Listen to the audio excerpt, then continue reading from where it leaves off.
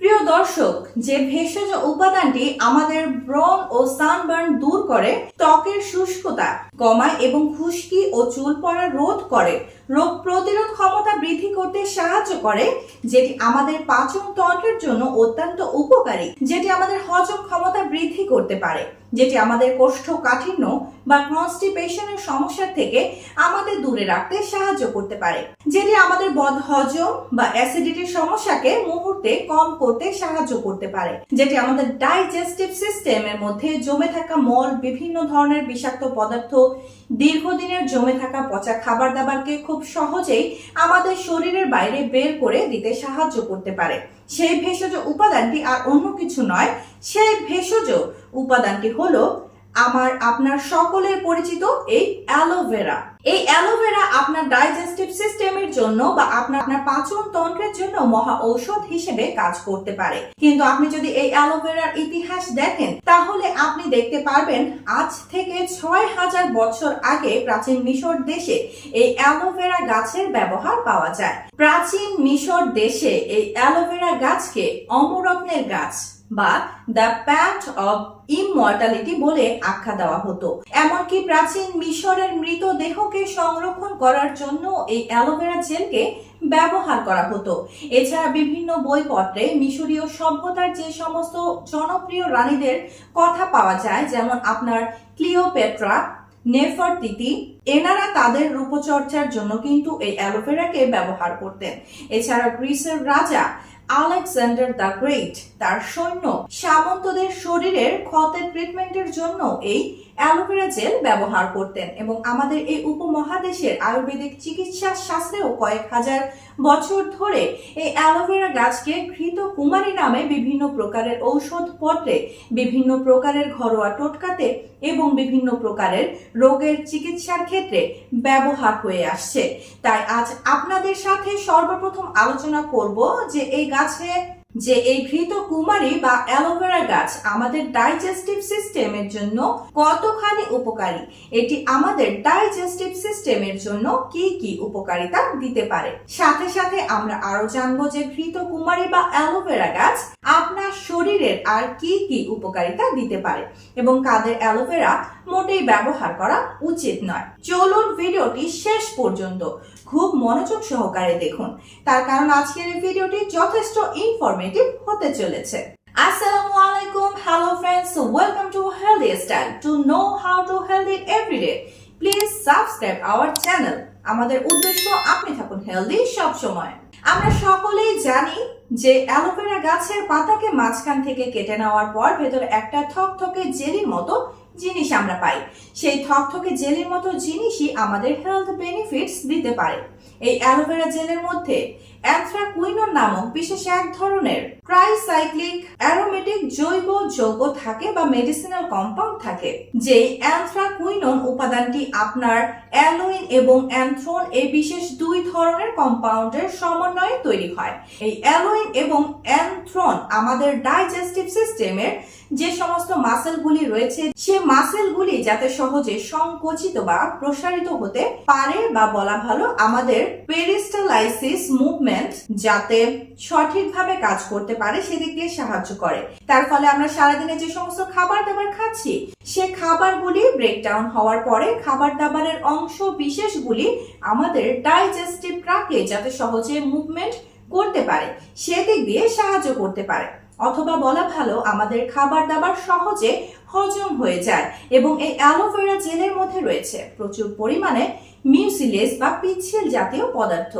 সেই মিউসিলেজ আমাদের মলের সাথে মিশে গিয়ে মলের মধ্যে একটা পিচ্ছিল ভাব দিতে পারে, ফলে এই মলকে ভারী করতে পারে, মলকে নরম করতে পারে। তার ফলে আপনি সহজেই মলত্যাগ করতে পারেন। এবং এই অ্যালোভেরা জেল আমাদের পুরো শরীরের সাথে সাথে পেটের মধ্যে একটা কুলিং এফেক্ট দিতে পারে। তার ফলে আমাদের পেট ঠান্ডা থাকে, আমাদের ডাইজেস্টিভ সিস্টেম ভালোভাবে কাজ করতে পারে। এবং অ্যালোভেরা জেলের মধ্যে রয়েছে প্রচুর পরিমাণে অ্যান্টি ইনফ্ল্যামেটরি প্রপার্টি, যেটি আমাদের ডাইজেস্টিভ সিস্টেমের ইনফ্লামেশন প্রতিরোধ করতেও সাহায্য করতে পারে। এবং এই অ্যালোভেরা জেল আমাদের ডাইজেস্টিভ সিস্টেমের ক্ষতিকারক ব্যাকটেরিয়া গুলিকে মেরে ফেলতে পারে এবং উপকারী ব্যাকটেরিয়া গুলি যাতে সঠিকভাবে বংশবিস্তার করতে পারে সেদিক দিয়ে সাহায্য করতে পারে। তাই সব মিলিয়ে আপনার ডাইজেস্টিভ সিস্টেম বা পাচনতন্ত্রের যে কোনো প্রকার সমস্যার ক্ষেত্রে কিন্তু এই অ্যালোভেরা গাছের জেলকে অবশ্যই একবার ট্রাই করে দেখতে পারেন। এতক্ষণ তো আমরা জানলাম অ্যালোভেরা আমাদের ডাইজেস্টিভ সিস্টেমে কি কি উপকারিতা দিতে পারে। দেখুন, আমরা সকলেই জানি যে আজকের দিনে আপনার ত্বকের পরিচর্যার জন্য মার্কেটে যে সমস্ত আপনার face wash, face cream, face pack, lotion যে সমস্ত জিনিস পাওয়া যায় সেগুলির মধ্যে বেশিরভাগ ক্ষেত্রে কিন্তু অ্যালোভেরা জেলকে ব্যবহার করা হচ্ছে এবং যে সমস্ত প্রোডাক্টের মধ্যে অ্যালোভেরা জেল ব্যবহার হয় সেগুলির উপকারিতা এবং সেগুলির জনপ্রিয়তা কিন্তু আরো বেশি মাত্রাতে দেখতে পাওয়া যায়। তার কারণে এই অ্যালোভেরা জেল আমাদের স্কিনকে দীর্ঘ সময় ধরে হাইড্রেট করে রাখতে পারে, আমাদের স্কিনকে নরম করতে পারে, স্কিনকে মসৃণ করতে পারে। এটি হালকা বা তেলতেলে নয়, তাই সমস্ত প্রকার স্কিনের জন্য কিন্তু এটি অত্যন্ত উপকারী বা সমস্ত প্রকার স্কিনের মানুষরা কিন্তু এটি ব্যবহার করতে পারেন। আবার আপনার যদি স্কিনের মধ্যে অ্যাকনি, পিম্পলস এর মতো সমস্যা রয়েছে, এর মধ্যে থাকা প্রচুর পরিমাণে অ্যান্টিব্যাকটেরিয়াল এবং অ্যান্টি ইনফ্ল্যামেটরি প্রপার্টি আপনার অ্যাকনি, পিম্পলস বা ব্রণের সমস্যাকে সমাধান করতে সাহায্য করতে পারে। আবার এটি আপনার চুলের জন্য অত্যন্ত উপকারী। আপনি যদি এটিকে প্যাক বানিয়ে চুলের মধ্যে লাগাতে পারেন সেক্ষেত্রে আপনার চুলের গোড়া মজবুত হয়।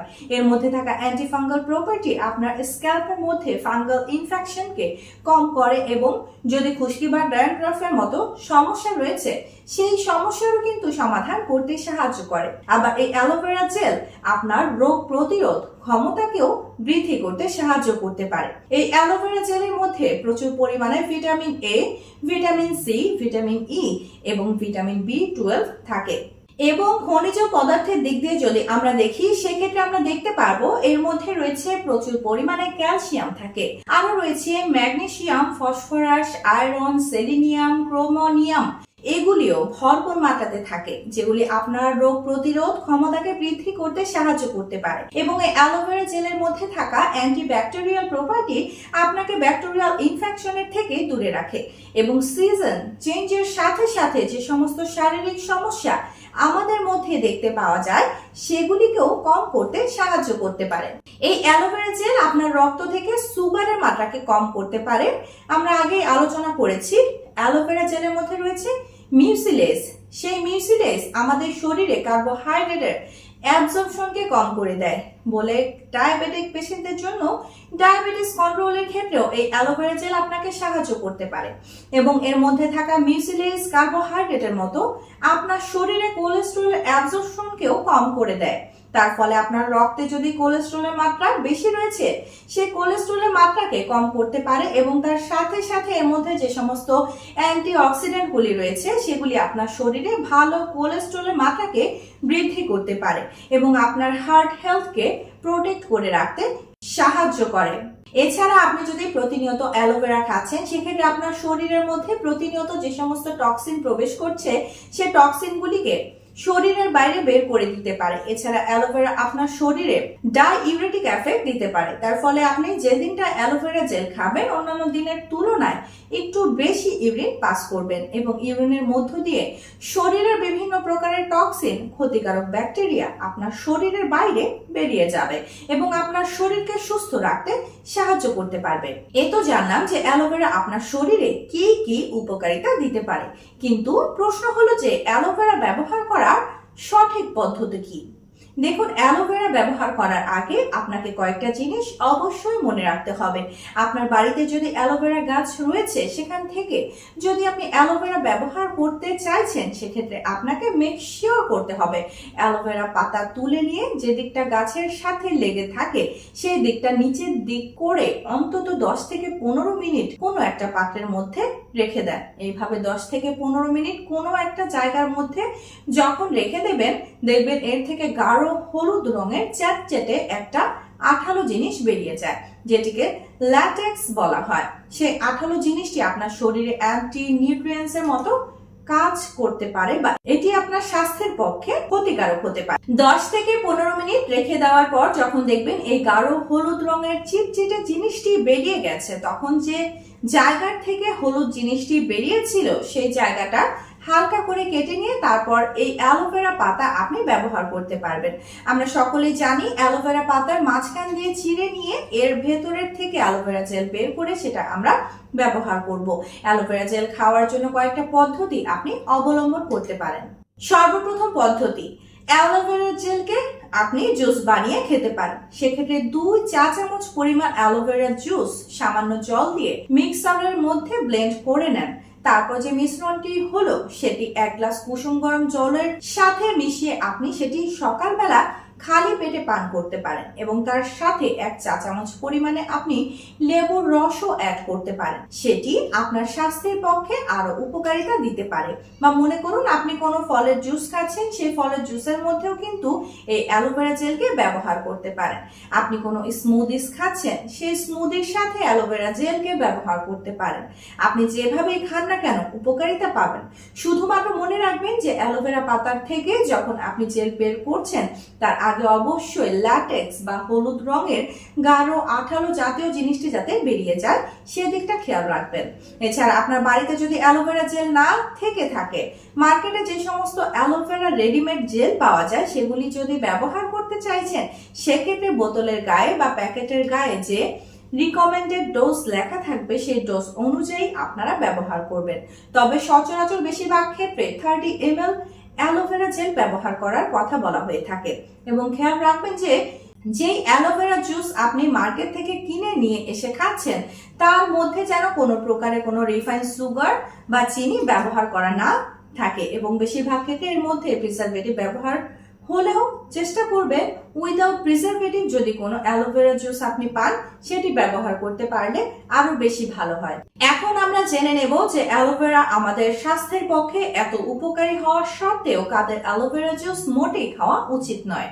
সর্বপ্রথম আপনি যদি একজন গর্ভবতী মহিলা হয়ে থাকেন বা যদি আপনার শিশুকে ব্রেস্ট ফিডিং করাচ্ছেন, সেক্ষেত্রে অ্যালোভেরা জুস আপনি ব্যবহার করবেন না এবং 12 বছরের নিচে যে সমস্ত শিশুরা রয়েছে তাদের অ্যালোভেরা জুস দেওয়া উচিত নয়।